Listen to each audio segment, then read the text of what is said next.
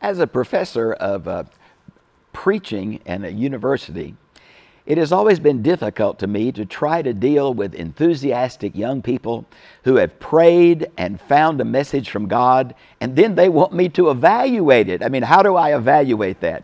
Well, I've come to see that I must be able to know what is good interpretation and what is bad interpretation.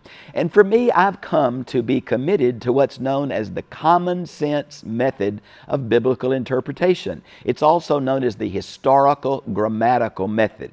And it's based on this premise: as in all human communication, it's the intent of the original author that's the key to understand what they're trying to say. So I must understand what the author was saying to their day. There's the meaning. That's the key. And how do I do that? Well, I've got to understand their historical setting. Why did they write? Who did they write to? When did they write? And then I have to read the whole message. I can't just pick out parts. It's the whole literary context that's the key. So how do I do that? Well, for me, I've tried to follow the school of biblical hermeneutics coming out of Antioch of Syria. That's the church that sent out Paul and Barnabas.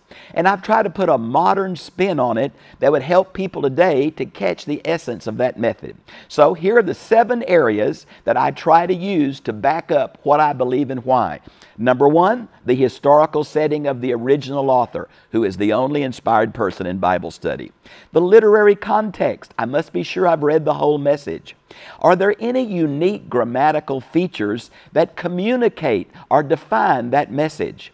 I need to look at the contemporary meaning of words, not what they mean in English, not what they mean in the 20th century. What did they mean to the people who first heard this message?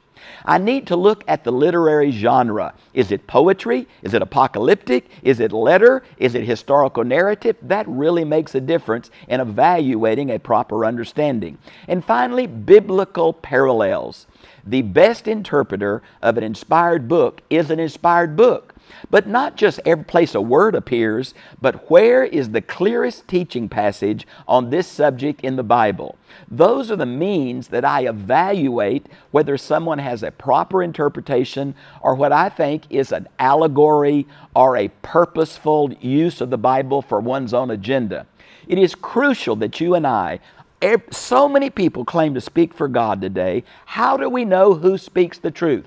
I hope these 7 ways will help you understand how you can evaluate when you hear speakers who claim to speak for God. Thank you. God bless you.